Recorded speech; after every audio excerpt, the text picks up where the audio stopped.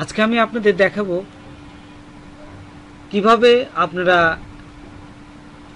Notepad ব্যবহার করতে পারেন।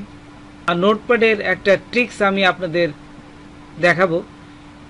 এই ট্রিক্সটা অনেকেই জানে না, তো আপনারা নতুন নতুন ট্রিক্স দেখার জন্য আমার চ্যানেলটা সাবস্ক্রাইব করবেন। আর যারা সাবস্ক্রাইব করেছেন তাদেরকে অশেষ ধন্যবাদ। তো সাথেই থাকবেন। ফিরে আসছি ছোট্ট একটা ইন্ট্রোর পর।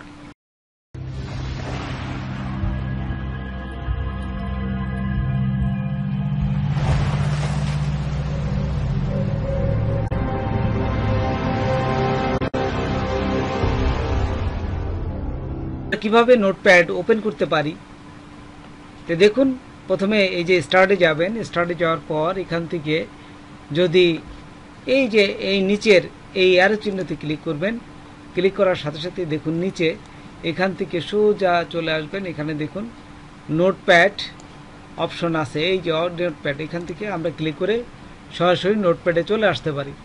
তারপর এখান থেকে আরেকটা পদ্ধতিতে আসতে পারি, যে যদি এই ডেস্কটপে রাইট মাউস ক্লিক করি, নিউ, তারপর এখান থেকে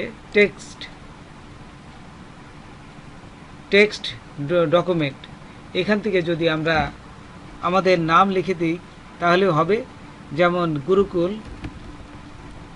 গুরুকুল লিখে এখানে যদি ডবল ক্লিক করি, তো দেখুন এই যে নোটপ্যাড চলে আসছে, যে গুরুকুল নোটপ্যাড, দেখছেন।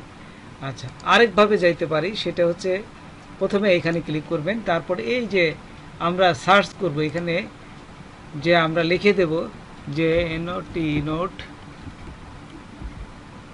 নোটপ্যাড, এই দেখুন নোটপ্যাড চলে আসছে। এখানে যে ক্লিক করি আমরা সোজা নোটপ্যাডে চলে আসছি।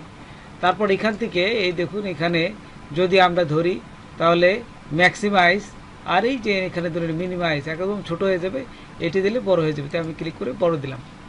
তারপর এখানে আমরা কিছু লিখি, এবং আপনাদের প্রথমেই বলেছিলাম একটা ট্রিক্স আপনাদের আজকে দেখাবো। এই ট্রিক্সটা অনেকেই জানে না, আপনিও জানুন এবং সবার মাঝে শেয়ার করবেন। তো দেখুন আমি লিখি যে আমার ওয়ার্কিং এরিয়া, ওয়ার্কিং টাইম, আমার ওয়ার্কিং টাইমটা কয়টার সময়, এখন কয়টা বাজে, এটা যদি জানতে চান এখানে থাকা অবস্থায় আমি ফাইলটা সেভ করব। তো সেভ করে কীভাবে, প্রথমে ফাইলে যাবেন, তারপরে সেভ অ্যাজ, নতুন অবস্থায় সেভ অ্যাজ, আর যদি সেভ করা থাকে ফাইল সেক্ষেত্রে সেভ দেবেন, ক্লিক করবেন। তো সেভ অ্যাজ দিলাম। সেভ অ্যাজ দেওয়ার পর এই যে ডেস্কটপে আমি ঠিক এখানে আমি একটা ফাইল সেভ করি, যে গুরুকুল নামে, এখানে সেভ করে এই যে সেভ দিয়ে দিলাম। তো দেখুন গুরুকুল অলরেডি সেভ আছে, দেখছেন এই যে অলরেডি এক্সিট, আমি মুছে দিয়ে তো এখানে আরেকটু ভিন্ন করে দেই, যেমন গুরুকুল 1 দিলাম। এই যে গুরুকুল 1 দিয়ে এখন ডেস্কটপে সেভ করে দিলাম, এই দেখুন সেভ হয়ে গেছে। তে আমরা কিন্তু এখানে দিয়ে গেলাম যে ওয়ার্কিং টাইম, আর কিন্তু টাইম কিন্তু আমরা দেই নাই। এখন আমরা এখান থেকে বাইর হয়ে যাই, এই যে দেখুন বাইর হওয়ার পর আমরা এই যে ওয়ার্কিংটা আমরা গুরুকুল খুঁজি, কোথায় আছে, এই দেখুন গুরুকুল 1 নামে, তাই না। এখানে আমি ডবল ক্লিক করার সাথে সাথেই এই দেখুন গুরুকুল সেই ওয়ার্কিং টাইমটা চলে আসছে, কিন্তু কোনো টাইম কিন্তু আসে নাই, তাই না। তো এই ট্রিক্সটা আমি এবার আপনাদের আমি ছোট্ট একটা ট্রিক্স দেখাবো। এখানে আপনারা লিখে দেবেন যে এই ডট ফুটা বড় হাতে লিখবেন, LOG, লগ, এইটুকু লিখে এইবার আবার সেভ করেন। যেহেতু আমি আগে সেভ করেছি, আমি আপনাদের দেখানোর জন্য এই ট্রিক্সটা প্রথমে দেখাই নেই। যে এইখানে দেখুন আমি যদি নতুনভাবে যখন সেভ অ্যাজ করলাম, এখন এই পুরাতন ফাইল মানে এটি লেখার সাথে তখন আমরা শুধু Ctrl+S দিলে হবে, বা সেভে ক্লিক করলাম, এই যে সেভে ক্লিক করার সাথে সাথে এটি সেভ হয়ে গেছে। আবার কেটে দিলাম, কেটে দিয়ে আমরা যদি এখন আবার নতুনভাবে যাই, দেখুন এই যে গুরুকুল 1 এখন দেওয়ার সাথে সাথে দেখুন টাইমটা চলে আসছে, এই দেখুন টাইম দেখছেন 10:10 AM 8/7/2019, দেখছেন এই টাইমটা চলে আসছে। তারপর আবার দেখাই, এটা এখানে খেয়াল করুন, এখানে যদি আমি মনে করি যে এইখানে ওয়ার্কিং টাইম দিয়ে যে ভিডিও মেকিং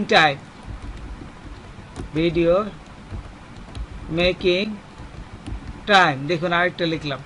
তো এইখানে খেয়াল করবেন, এখানে কিন্তু টাইমটা চলে আসবে।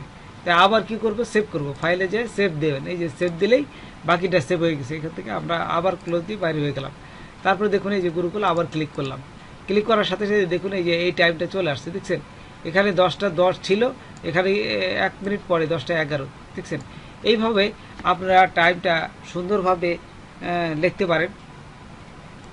তারপর এখান থেকে যদি আমি মনে করি যে এইখানে লাইনটা বড় করি, খেয়াল করেন টাইমটা আমি এইভাবে এই যে বড় করে দিলাম, খেয়াল করেন এখানে বড় করে দিলাম।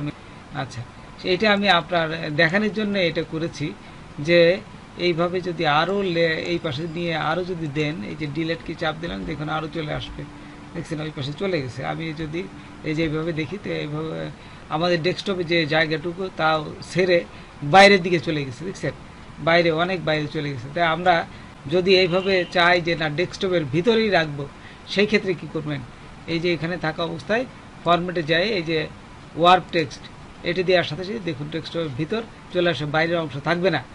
আচ্ছা, তারপর আমরা ফাইলে এই যে পেজ সেটআপটা দেখি কিভাবে পেজ সেটআপ করতে হয়। তো পেজ সেটআপে ক্লিক করার পর এখানে দেখুন পোর্ট্রেট এবং ল্যান্ডস্কেপ। পোর্ট্রেট হচ্ছে এখানে লম্বালম্বি যে লেখাটা আছে ঠিক সেই অবস্থায় থাকবে, আর ল্যান্ডস্কেপ খেয়াল করেন এই পেজটা ঘুরে যাবে, এখানে পেজ দেখাচ্ছে ল্যান্ডস্কেপ দেওয়ার সাথে সাথে ঘুরে গেছে। তারপরে left right top bottom, top মানে উপরে, বটম মানে নিচে, আপনারা কতটুকু জায়গা রাখবেন, এখানে মার্জিন কত রাখবেন এখানে লিখে দেবেন। যেমন 0.5 জায়গা আমি 0.3 দিলাম, এরকম আপনারা সবগুলো চেঞ্জ করে দেবেন। চেঞ্জ করে যতটুকু দরকার ঠিক চেঞ্জ করে এই যে ওকেতে ক্লিক করবেন, দেখছেন।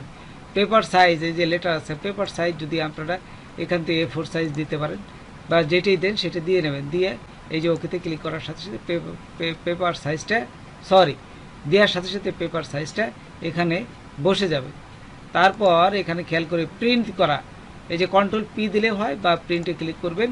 তারপর কিছুই না, আপনার কানেকশন যদি থাকে তারপরে এখান থেকে আপনার প্রিন্ট সিলেক্ট করে নেবেন, প্রিন্টার কোনটা সেক্ষেত্রে সিলেক্ট করে, এখানে যেহেতু প্রিন্টার ইনস্টল করি নাই তাই প্রিন্টারের নামটা আসেনি, আপনার এখানে নাম থাকবে, আপনি সিলেক্ট করে খালি প্রিন্টে ক্লিক করলে প্রিন্ট হয়ে যাবে। তারপরে চলে আসি আমরা এডিটে দেখুন কাট করা, কপি করা, পেস্ট করা এটুকু আছে। তাহলে আমরা এই যে এই তারিখটা কাট করে নিচে বসাবো, খেয়াল করেন প্রথমে ব্লক করবেন, তারপর এডিটে যে এই যে দেখুন কাটে ক্লিক করলাম, কেটে গেছে। তারপর আমরা এন্টার দিয়ে নিচে নেব, কোথায় বসাবো, এই যে কার্সরটা এখানে ক্লিক করতেছে, তো এডিটে যায় এখানে পেস্ট দিলাম, দেখছেন হয়ে গেছে কিন্তু। তো এইভাবে কাট করা, কপি করা, তারপরে ফাইন্ড বা রিপ্লেস করা, খেয়াল করেন এখানে যদি আমি কয়েকটা জিনিস খুঁজতে চাই, যেমন খুঁজতে চাই গুরুকুল, এখানে আরেকটা দেই, দেখুন এই দুটি দিয়ে আমি বোঝানোর চেষ্টা করছি, আপনারা এই দুটিতে বুঝলে অনেকগুলো সব বুঝে যাবেন। তো এখানে এডিটে যাই, এই যে ফাইন্ডে ক্লিক করবেন, ফাইন্ডে ক্লিক করার সাথে সাথেই এখানে লিখে দেবেন গুরুকুল, মানে যে হাতে ছোট হাতে লিখলে কিন্তু ছোট হাতে দিতে হবে, হ্যাঁ, আর বড় হাতে লিখলে বড় হাতে দিতে হবে, যে ঠিক মিলতে হবে, না যদি মেলে তাহলে কিন্তু হবে না।